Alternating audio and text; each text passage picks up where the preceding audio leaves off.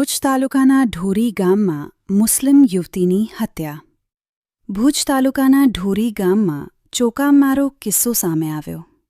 ઢોરી ગામમાં રહેતી કુંભાર જરીના બેન નામની યુવતીની હત્યા કરવામાં આવી. આ હત્યાનું કારણ હજી રહસ્ય બન્યો છે. આ બનાવ સવારના બેનલ છે તેવું જાણવામાં આવ્યું.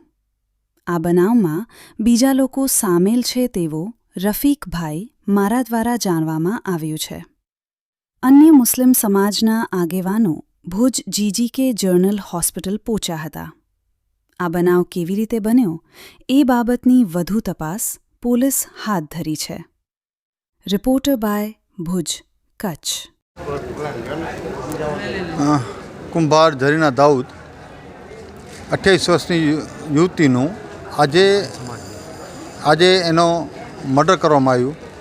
આ અમારી સમાજની એક દીકરી જેનું મર્ડર થયું ઢોરી ગામે, તો ખરેખર આ બનાવ બહુ ખૂબ ગંભીર કહેવાય. પહેલી તો વસ્તુ એ છે કે શંકાના દ્વાર ઘણા ખુલે છે. આની અંદર પોલીસ એમ કહે છે કે એક આરોપી હતો. એક આરોપી અમને દેખાતું નથી, કેમ કે અમને શંકા જાય છે કે આમ 2-3 આરોપી છે. ગેંગ રેગની અપેક્ષા દેખાય છે. કરપીણ હત્યા કરવામાં આવી છે. પોલીસ એમ કહે છે પથ્થરથી માર્યું દેખાતું નથી. રીતસર દેખાય છે. તીક્ષ્ણ હથિયારથી એના માથામાં માર્યું દેખાય છે.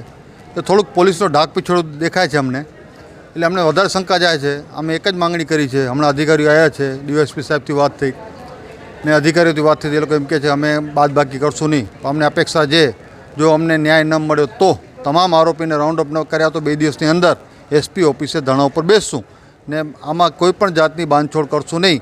કેમ કે જે આ બનાવ બન્યો છે, આજે જ્યારે મુખ્યમંત્રી કચ્છમાં આવે તો પોલીસનો જો બીક જ ન હોય લોકોને, એ તો સ્પષ્ટ દેખાય છે. કાનૂન વ્યવસ્થા છે જ નહીં. આવી રીતે કોઈ છોકરીને સરે જ્યારે મારી નાખે ત્યાં સુધી જો કાનૂનની બીક ન હોય તો મને એવું દેખાય છે કે પોલીસ છાવરતી હશે આ ગુનેગારોને. આ લોકોને પ્રોત્સાહન ક્યાંથી મળે છે?